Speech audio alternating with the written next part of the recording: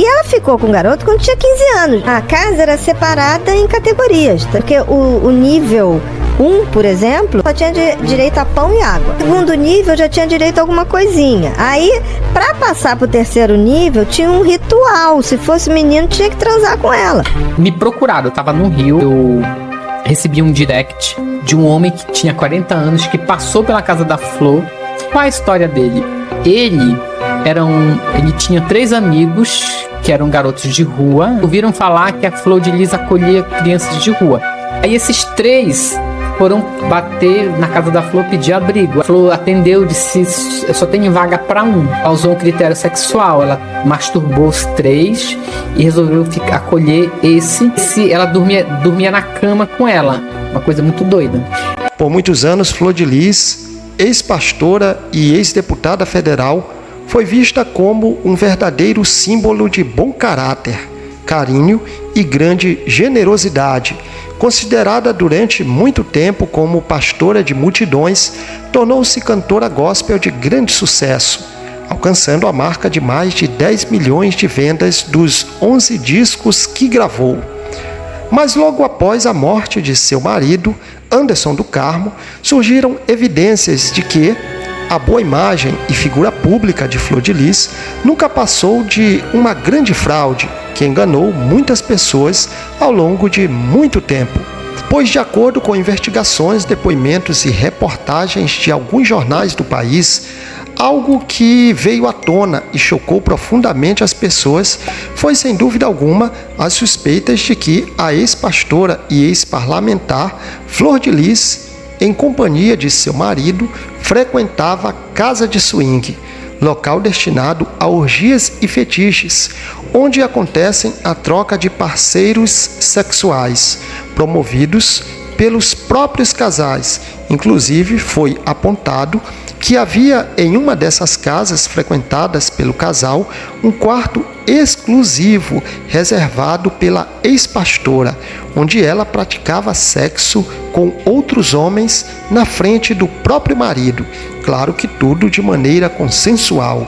Parece que Flor de Lis era realmente obcecada por sexo, e de preferência com parceiros diferentes.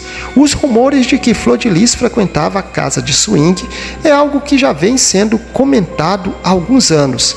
Inclusive, ela teria sido reconhecida por uma outra mulher também adepta da prática do swing, que comentou com uma fiel da igreja da ex-pastora, dizendo que reconheceu Flor de Lis.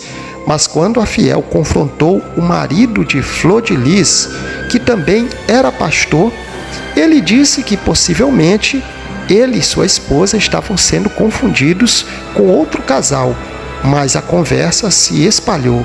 Certa vez, em uma live, Flor de Lis confrontou seus acusadores perguntando, abre aspas, e se fosse verdade? Fecha aspas.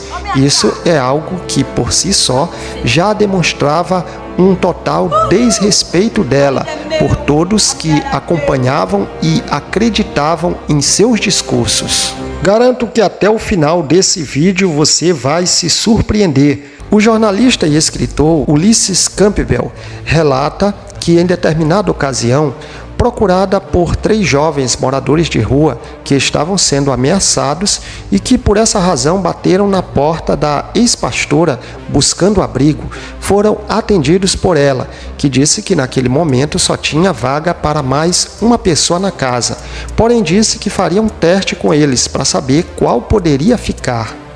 Ela convidou os 3 garotos para tomar banho e durante o banho dos rapazes, ela masturbou cada um deles.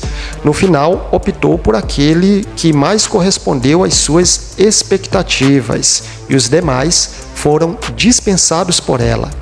E esses garotos tinham, naquela época, de 14 a 15 anos de idade, portanto, eram menores, o que nos leva a crer que Flor de Lis cometeu um crime.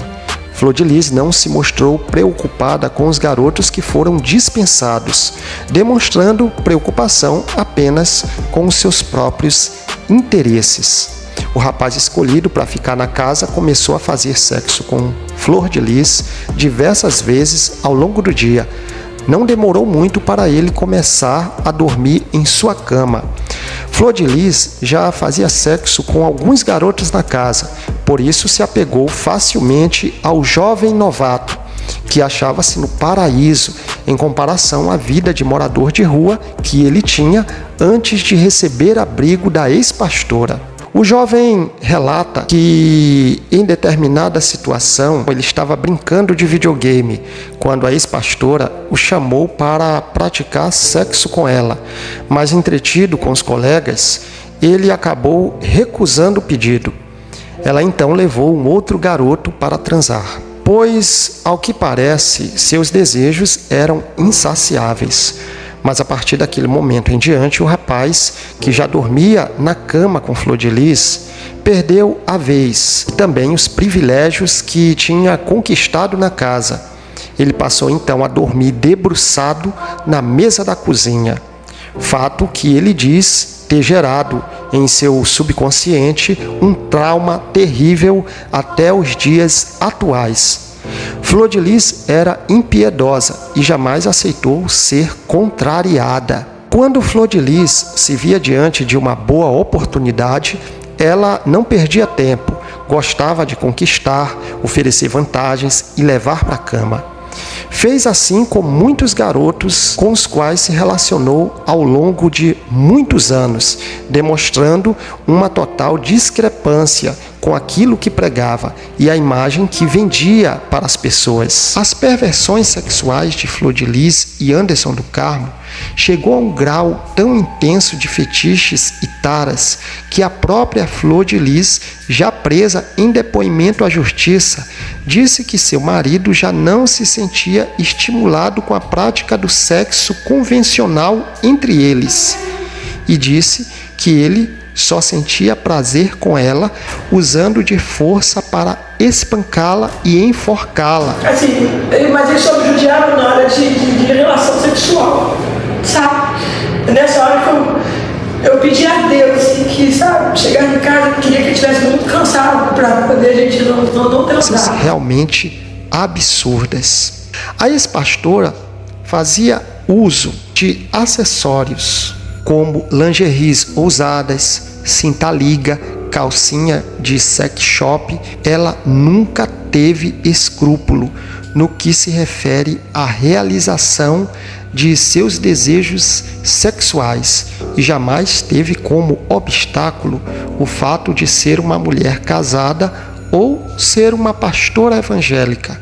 O jornalista Ulisses Campbell, autor do livro que retrata a história de promiscuidade e aberrações da ex-pastora, intitulado de Flor de Lis, a pastora do diabo, disse que ela foi um dos maiores engodos desse país e conseguiu enganar a muitos pela imagem de caridosa e mulher de Deus que ela criou e vendia para as pessoas. Tudo isso tinha apenas o intuito de adquirir prestígio e sucesso, principalmente financeiro, já que por conta da boa imagem que ela tinha na época, conseguiu expandir seu ministério evangélico e com isso aumentar as arrecadações desses lugares. O seu ministério era símbolo de uma ostentação, uma vez que se chamava Ministério Flor de Lis. Se tudo isso não tivesse vindo à tona, talvez jamais se saberia do seu verdadeiro caráter e intenções. Mas e você? O que achou do vídeo? Deixe um comentário e ative as notificações. Postamos conteúdos novos por aqui toda semana. Obrigado e até o próximo vídeo.